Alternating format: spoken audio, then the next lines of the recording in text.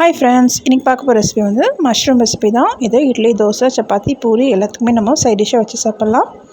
இது நான் மட்டன் வறுவல் மாதிரி மஷ்ரூமில் செஞ்சுருக்கேன். ஸ்கிப் பண்ணாமல் பாருங்கள்.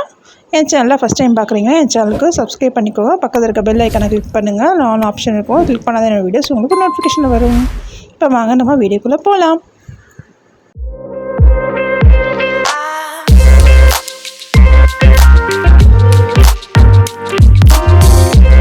இதுக்கு நம்ம ஃபஸ்ட்டு அடுப்பில் ஒரு கடாயை வச்சுட்டு நான் ஒரு 3 டேபிள் ஸ்பூன் எண்ணெய் சேர்த்துருக்கேன். எண்ணெய் காய்ச்சதும் பட்டை, லவங்கம் அதெல்லாம் சேர்த்துட்டு ஒரு 2 வெங்காயத்தை சின்னதாக நறுக்கி நான் அதையும் சேர்த்துக்கிறேன். சேர்த்துட்டு நல்லா வதக்கிக்கோங்க. உங்களுக்கு மசாலா கம்மியாக வேணும்னா நீங்கள் வெங்காயத்தை கம்மி பண்ணிக்கலாம். இது நல்லா வதங்கட்டும். வதங்கி நல்லா கண்ணாடி பதத்துக்கு நல்லா வரட்டும். இதில் நான் கொஞ்சம் தேவையான அளவு உப்பு சேர்த்துக்கிறேன். சேர்த்துட்டு நல்லா கலந்து விட்டுக்கோங்க. நல்லா கலந்துச்சு.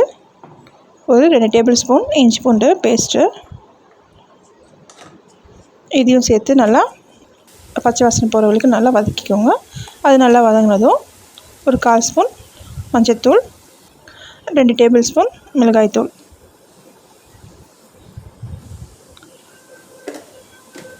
ஒரு டேபிள் ஸ்பூன் தனியாத்தூள் இதையும் சேர்த்துட்டு நல்லா கலந்து விட்டுக்கோங்க.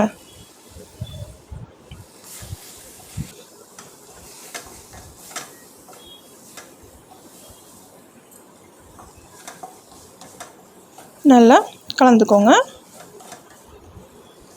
அடுப்பு நமக்கு சிம்மில் இருக்கட்டும், இல்லைனா நமக்கு தீஞ்சிடுறதுனால நல்லா சிம்மில் வச்சுக்கோங்க. நான் ஒரே ஒரு தக்காளி சேர்த்துருக்கேன். சேர்த்துட்டு அதையும் நல்லா வதக்கிக்கோங்க. அது கொஞ்சம் நல்லா மெசிஞ்சு வந்ததும் கொஞ்சமாக புதினா இலைகளும் கொத்தமல்லி இலைகளும் சேர்த்துருக்கேன். சேர்த்துட்டு நல்லா அதை வதக்கிக்கோங்க.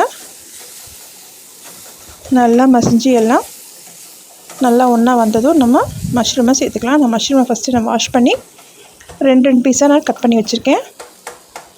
உங்கள் இஷ்டம், நீங்கள் 4 பீஸாகவும் போடலாம். இப்போ இது நல்லா கலந்து விட்டுக்கோங்க.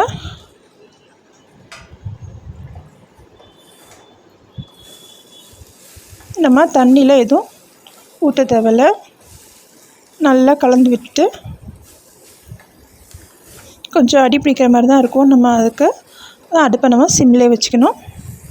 நல்லா கலந்து விட்டுட்டு நம்ம மூடி போட்டு ஒரு 10 நிமிஷம் மூடி வைக்கலாம்.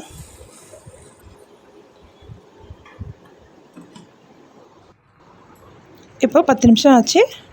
தண்ணியில் நல்லா வற்றி எண்ணெய் பிரிஞ்சு நல்லா வெந்து வந்திருக்கு. பார்த்திங்கன்னா உங்களுக்கு தெரியும், நம்ம தண்ணியே ஊற்றலை. ஏன்னா மஷ்ரூமில் தண்ணி விடும். அதனால் நம்ம தண்ணி எதுவும் சேர்க்க வேண்டாம். தண்ணி சேர்த்துட்டிங்கன்னா உங்களுக்கு ரொம்ப தண்ணி ஆகிடும். அதை சுண்ட வைக்கிறதுக்கே எனக்கு டைம் ஆகும். அதனால் நம்ம தண்ணி எதுவும் ஊற்றாமலே நம்ம செய்யலாம். இப்போ நான் 1 ஸ்பூன் மிளகுத்தூளும் வாசனைக்கு புதினா இலைகளும் கொத்தமல்லிகளும் சேர்த்துட்டு நல்லா கலந்து விட்டுக்கோங்க. அவ்வளோதான், நமக்கு இப்போது மஷ்ரூம் மசாலா ரெடி ஆகிடுச்சு.